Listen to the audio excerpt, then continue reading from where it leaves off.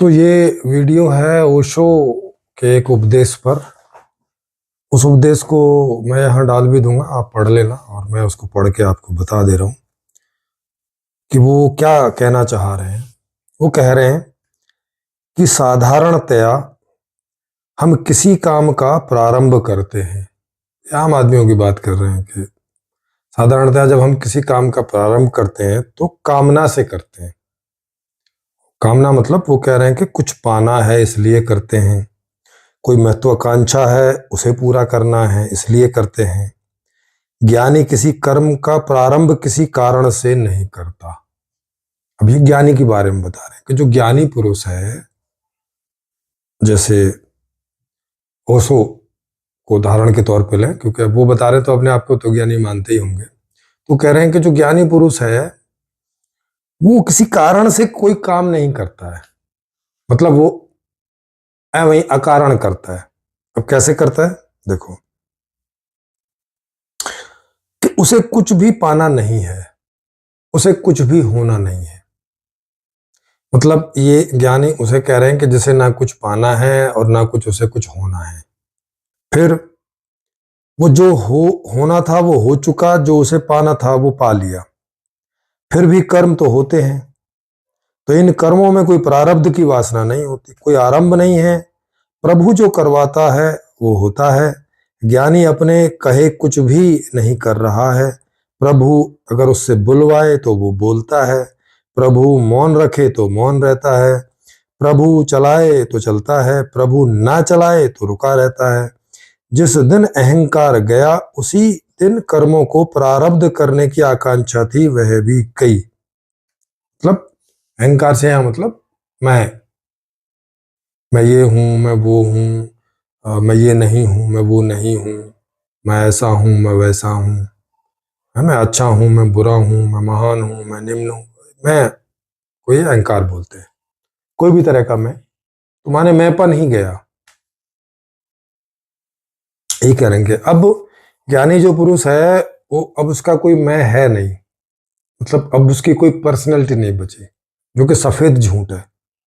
क्योंकि जब तक शरीर है तब तक शरीर का एक कॉम्बिनेशन तो है। जो अब तक उसका कॉम्बिनेशन था, ज्ञानी होते ही शरीर का कॉम्बिनेशन तो खत्म नहीं हो जाता। क्योंकि अगर शरीर का कॉम्बिनेशन खत्म हो जाता वो तो मर गया होता अब तक, पर मरता तो है नहीं, शरीर तो है, तो शरीर का कॉम्बिनेशन भी है। माने उसको अब तक अगर आम खाना स्वादिष्ट लगता था तो ज्ञानी होने के बाद भी आम खाना तो स्वादिष्ट लगेगा ही। कोई व्यक्ति उसको अच्छा लगता था तो वो व्यक्ति तो अच्छा लगेगा ही, कोई बुरा लगता था तो वो बुरा लगेगा ही। केवल ज्ञानी होने मात्र से इस तरह की तो कुछ नहीं होगा। और आप देख भी सकते हो कि ओशो माँ शीला को बाद में कुतिया, बिच, ऐसी ऐसी बातें बोलते हैं, मतलब इनको बुरा लगता था। तो फिर इनका तो फिर मैं भी होगा। भला ईश्वर इनके मुंह से उसको बिच माने कुतिया क्यों कहलवाएगा? उसको क्या प्रॉब्लम है? उसकी दुनिया में ऐसा क्या हो गया जो वो नहीं चाहता था और वो हो गया? फिर तो माँ शीला ज्यादा ताकतवर हो गई। ईश्वर की इच्छा के विरुद्ध उसने ऐसा यहाँ कुछ कर दिया और ईश्वर को ओशो के द्वारा माँ शीला को कुतिया बुलवाना पड़ा। आप सोचो, तो इस तरह के सब कॉन्ट्राडिक्शन है। फिर आगे क्या कह रहे हैं? अब कर्मों का प्रारंभ परमात्मा से होता है, मतलब परमात्मा उससे जो कुछ कराना चाहता है तो करवाता है। अरे भाई, परमात्मा को अगर किसी भी आदमी से कुछ करवाना था तो सबसे ही करवा लेता ना। पहले तुम ज्ञानी बनोगे तब वो तुमसे करवाएगा। ये कुछ समझ के बाहर है। वो तो उसको जिससे कुछ करवाना, जिससे खेती करवानी है वो उससे खेती करवा लेता, जिससे चोरी करवानी है वो उससे चोरी करवा लेता। मतलब अगर वही करवा रहा है तो उसके लिए पहले आप ज्ञानी बनोगे फिर वो आपसे करवाएगा। मतलब इतने कमजोर है क्या कि अगर आप ना चाहो तो वो आपसे कुछ करवा नहीं सकता है? ईश्वर इतना कोई कमजोर चीज है क्या? एक तो ये उसे ऐसा मान रहे हैं कि जिसे पा लिया तो सब कुछ पा लिया, इतना एक ऐसा विराट इतना बड़ा मान रहे हैं। ऊपर से दूसरी तरफ इतना कमजोर भी मान रहे हैं कि जब तक तुम ज्ञानी नहीं बनोगे वो तुमसे कुछ नहीं करवाएगा, तब तक तुम ही कर रहे हो। मतलब देखो, अरे अगर उसे करवाना है तो वो इंतजार करेगा क्या कि मैं जब ज्ञानी बनूंगा तब वो फिर हाँ हाँ हाँ अरे ये आदमी ज्ञानी बनकर चलो अब इससे करवाते हैं, ऐसे करेगा क्या? फिर कह रहे हैं कि प्रारंभ परमात्मा से होता है और कर्मों का अंत भी उसी को समर्पित है। मतलब वो अब जब उसके अंदर तो मैं है नहीं है तो समर्पित किस बात का है? समर्पित तो करने वाला कोई होगा ना। अभी तो ऊपर कह रहे हैं कि मैं गया, जब मैं गया तो अब किस बात को समर्पण है? अब तो जब ईश्वर ही इसमें से होके सब जी रहा है तो अब काहे का समर्पण? समर्पण तो तुम कर चुके ना पहले ही। अब रोज रोज काहे का समर्पण? जो कर रहे हो उसको और समर्पित करना है।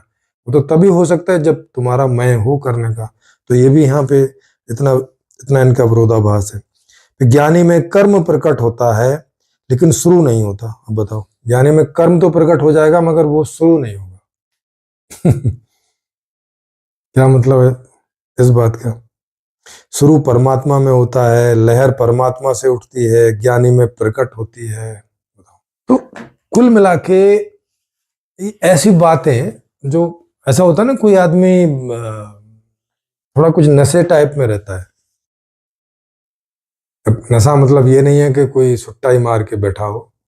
नशा माने कुछ भी बोरा गया है आदमी, कुछ हो गया है उसके दिमाग में, बोरा गया है, मतलब कुछ भी बोलता रहता है। उसको पूछो कुछ बोलेगा कुछ, अभी 2 लाइन पहले जो बोले अगली 2 लाइन में पहली 2 लाइन की उल्टी बात बोल देगा, इस तरह का। अब एक बात सोचिए, अगर इस मैं से दिक्कत है ईश्वर को तो उसने ऐसा सिस्टम ही क्यों बनाया कि भाई ये पहले तो शरीर में मैं पैदा हो जाए, अब ये इस मैं को गलाने के लिए सालों साल प्रयास करे, समर्पण करे, फिर ये मैं गलेगा, फिर ईश्वर इस गले हुए मैं वाले शरीर से कुछ करेगा। भाई चक्कर क्या है भाई साहब? करना क्या चाह रहे हो ये बताओ? तुम तो ईश्वर को इतनी बड़ी उलझन बना दे रहे हो। आखिर वो चाहता क्या है? पहले तुम्हारे अंदर मैं प्रकट करता है, फिर उसे गलवाता है, फिर उसमें से कुछ करवा। चक्कर क्या है भाई साहब? अगर आपके द्वारा ईश्वर ने कुछ करवाना है तो वो सीधे ही नहीं करवा लेगा। तो तुम कौन होते हो? अब क्या क्या आदमी की इतनी ताकत है कि ईश्वर की इच्छा के बिना या उसके विरुद्ध कुछ और करे? अगर कोई ईश्वर की ऐसी कोई इच्छा है कि भाई उसकी इच्छा से ये जगत चलता है, अगर कोई इस प्रकार का ईश्वर है तो उसकी इच्छा की अवहेलना करने की ताकत क्या किसी मनुष्य में संभव है? मुझे तो नहीं लगता। क्योंकि अगर मनुष्य में इतनी ताकत होती तो बेचारे 90% लोग क्यों गरीबी में जी रहे होते? कम से कम जैसा चाह रहे वैसा तो जी रहे होते। तो आदमी जैसा चाह रहा है वैसा जी नहीं पा रहा है। कोई लाखों करोड़ों में किसी एक आध का मैं गल जाता है तो ईश्वर उससे अपना काम करवाता है। मतलब बाकियों का क्या करता है? बाकी काहे के लिए पैदा कर रखे हैं उसने? इंतजार करता रहता है कि कब किसका मैं गले। और ओशो का मैं गला, हाँ गल गया भाई, पकड़ में आया एक आदमी, चलो। ईश्वर ने बोला चलो, एक आदमी का मैं गल गया, सालों से ढूंढ रहा हूं, एक आदमी मिल गया, चलो पकड़ो इसे, अब करवाओ इससे कुछ। क्या करवाओ? क्या किया उसने ऐसा जो गला हुआ मैं का आदमी करता? ऐसा क्या किया उन्होंने जिसके अंदर मैं नहीं है? ईश्वर ने उनसे करवाया, क्या करवाया कि उन्हें अमेरिका भेजा ईश्वर ने, फिर वहां रजनीशपुरम बसवाया ईश्वर ने, फिर वहां की राजनीतिक सत्ता ने इन्हें 5 साल में उखाड़ के फेंक दिया और ईश्वर कुछ नहीं कर सका इनके थ्रू। फिर ईश्वर ने इनको यहाँ यहाँ भगा लाए, यहाँ भाग आए। दूसरे देशों में भी जाना चाहते थे, सबने मना कर दिया। ईश्वर कुछ कर नहीं पा रहा है, ईश्वर मन महसूस कह रह गया। हाँ, एक आदमी के मैं मरने से कुछ फायदा नहीं हुआ यार, यहाँ आ गए। और बाकी 4-5 साल जो वो जिंदा रहे उसमें जो भी स्पीच करते रहे। हुआ क्या? क्या हुआ उस रजनीशपुरम का? काहे के लिए ईश्वर ने वो रजनीशपुरम बसवाया था, इतने सारे लोगों के पैसे वहां खराब करवा दिए। वो बेचारे पता नहीं वापस जाके कैसे कैसे दोबारा से सेटल हुए होंगे वो हजारों लोग, जो इन ईश्वर पुरुष के कहने के चक्कर में आके वहां सब लगा बैठे, ऐसा सोच के कि इनका तो मैं गल गया है, अब तो ईश्वर ही इनसे करवा रहा है। अब ईश्वर जो कुछ करवाए उसे कौन रोक सकता है बोला? नहीं, पता चला अमेरिका की सरकार ने रोक दिया। अमेरिका की सरकार ज्यादा ताकतवर निकल आई ईश्वर के आगे। बताइए, ये हाल है। और अभी भी इनकी किताबें पढ़ी हैं, लोग पढ़ते रहते हैं और ऐसे शेयर करते रहते हैं। जरा भी नहीं उस पर चिंतन मनन करते कि क्या बके जा रहे हैं ये। इनकी 10 लाइनें पढ़ो, उनका कोई मतलब है आपस में? बिल्कुल पागलपन जैसा है। क्या है बताओ इसमें? कि मैं को मारना है भाई, क्यों? मैं में ऐसी कौन सी प्रॉब्लम आ रही है भाई साहब? अरे कोई ईश्वर होगा, उसका भी तो मैं होगा, कि वो बिना मैं वाला है। तो जब ईश्वर के मैं से कोई प्रॉब्लम नहीं है तो आदमी के मैं से क्या दिक्कत आ रही है? जब पशु पक्षियों के मैं से कोई दिक्कत नहीं है, आदमी ही अकेला ऐसा बचा है कि बस इसी के मैं से दिक्कत हो रही है भाई ईश्वर को। इसका मैं है तो बस उसका कुछ कर नहीं पा रहा है, मतलब सब पूरी योजना पे पानी फिर गया ईश्वर की। इतने जीव जंतु हैं, उन सबके मैं है, वहां कोई दिक्कत नहीं है। ईश्वर का भी अपना मैं है, उससे भी उसको कोई दिक्कत नहीं, बस आदमी के मैं से दिक्कत हो रही है सारी। ये चाहता क्या है ईश्वर? बोलता है आदमी ही कर्म योनि है, यही कर्म कर सकता है। कर्म करेगा कैसे जब तुम इसके तो मैं को खत्म करने के चक्कर में लगे हो? और इसका मैं खत्म कर दिया, मान लिया सच में इन्होंने ओशो का मैं खत्म कर दिया, अब ओशो से और इतने सारे लोगों का मैं खत्म करवाने पर लगे हुए हैं। अरे भाई वैसे ही निपटा दो सबको।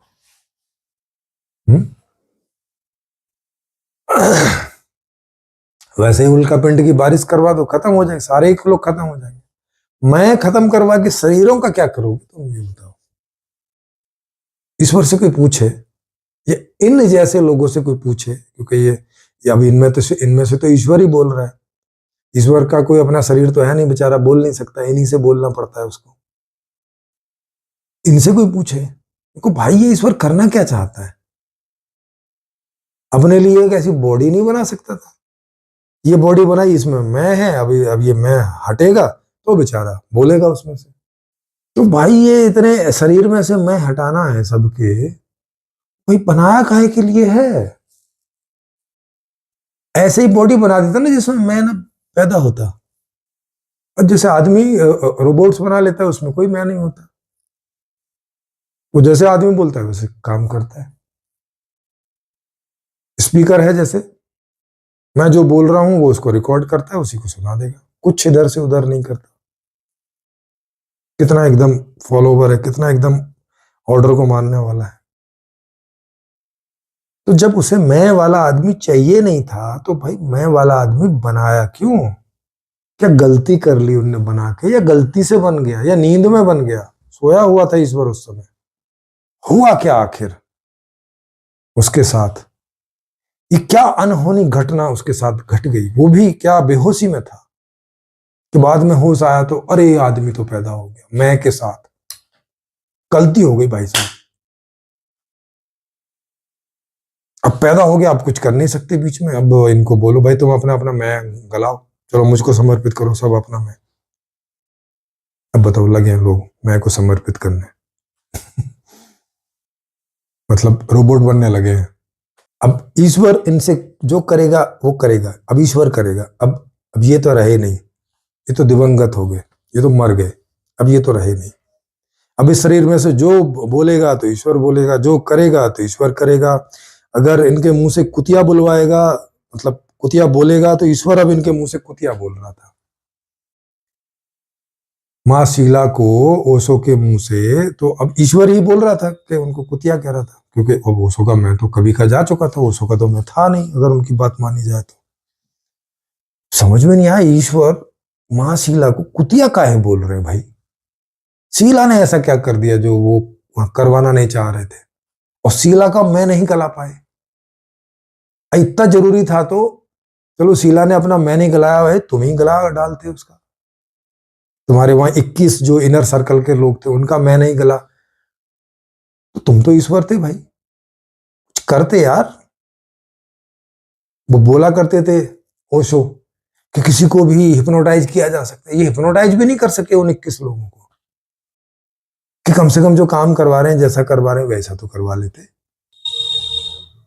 फिर दूसरी तरफ ओशो बोलते मैं तो कहीं आता जाता नहीं था, बस स्पीच ही करता था अपने कमरे में, कमरे से स्पीच वाली जो जगह होती थी स्टेज वहां तक, बस वहां से आता था जाता था, मैं तो कुछ करता नहीं था। फिर भी बोल रहे हैं कि अब ईश्वर ने जो करना है वो करेगा, मैं तो कुछ करूंगा नहीं। माने तो ईश्वर तो स्पीच के अलावा कुछ करवाते नहीं थे इनसे, तो भाई ईश्वर को स्पीच ही करनी थी बस। और स्पीच सुना रहे थे उन लोगों को जिनका मैं नहीं था, और क्या सुना रहे थे, यही कि तुम अब सब अपना मैं गला दो, यही स्पीच करवा रहे थे। अगर ईश्वर को सारे लोग बिना मैं के चाहिए तो भाई ये मैं पैदा करने का सिस्टम उन्होंने बनाया क्यों, ये गलती कर क्यों ली? और फिर स्वीकार भी नहीं कर रहा है कि मुझसे ये गलती हो गई है भाई ना, ये गलती भी आदमी की ठहरा रहा है कि तुम्हारी गलती है कि तुम मैं कर रहे हो। पैदा उसने हमको किया है और गलती हमारी है कि हम मैं क्यों कर रहे हैं। अरे मैं अनुभव कर रहे हैं तो मैं ही करेंगे ना भाई, जब मैं और मेरा अनुभव कर रहे हैं वही कहेंगे, वही बोलेंगे, वही करेंगे। ये मोबाइल तो नहीं करता मैं और मेरा, ये पड़ा रहता है ऐसे ही। आ रही बात समझ में? तो ये हैं आपके सब तथाकथित टाइप के सो कॉल्ड ज्ञानी। अब ये ज्ञानी है कि मिथ्या ज्ञानी है, समझने का प्रयास करिए जो लोग समझ सके। वैसे तो ये व्यवस्था की प्रॉब्लम है, क्योंकि अब बेचारे एक्चुअल में हर आदमी जीना तो चाहता है अच्छा जीवन, कि भाई मर्सिडीज हो, जीवन में बढ़िया सा घर हो, बढ़िया सा टॉयलेट हो, है कोई चीज जब चीज की जरूरत हो तब मिल जाए, सेवा हो, चाहता तो आदमी सुख है सो आराम, पर उसे बेचारे को मिलता नहीं है, सिस्टम ऐसा है नहीं है ठीक, तो फिर वो ऐसी तिकड़े में लगाता है कि और भी कुछ नहीं तो अपने अंदर ईश्वर को ही घुसा देगा, बोलेगा मैं नहीं हूं अब ईश्वर ही है, अब ईश्वर ही बोल रहा है, तो नाम के आगे पीछे भी लगा देगा भगवान, रजनीश, फिर ओशो, मतलब अब पूरी दुनिया का जो कॉन्शियस है वही घुस गया उनके अंदर, वही बोल रहा है भाई साहब। और कह रहा है कि इतनी मर्सिडीज लेके आओ, हर रोज एक मर्सिडीज पे चढ़ूंगा। बताओ, ईश्वर को भी मर्सिडीज की प्रॉब्लम खड़ी होगी, उसको भी कमी हो रही है। इटली का टॉयलेट चाहिए ईश्वर को टट्टी पेशाब करने के लिए,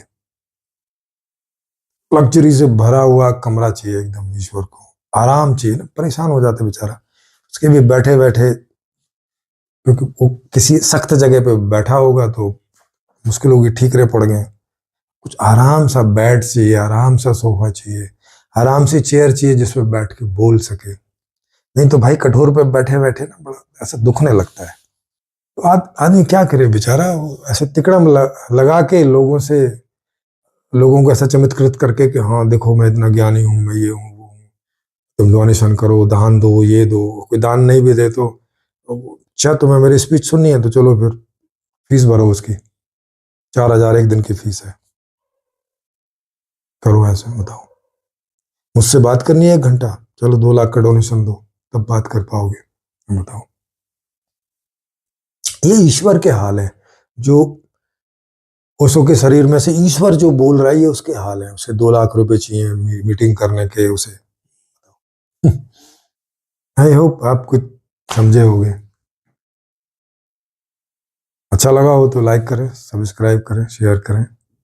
फिर मिलेंगे, हम लोग एक सही व्यवस्था लेके आ रहे हैं कि वो व्यवस्था आने के बाद में फिर ऐसे लोग जबरदस्ती के फर्जी गुरु बिना मतलब के नहीं बनेंगे, इसकी जरूरत नहीं पड़ेगी, क्योंकि सबको आराम की सारी चीजें सब बिना फर्जी के ही मिल जाएंगे, तब किसी को अपना मैं नहीं मारना पड़ेगा, है ना, ये बात।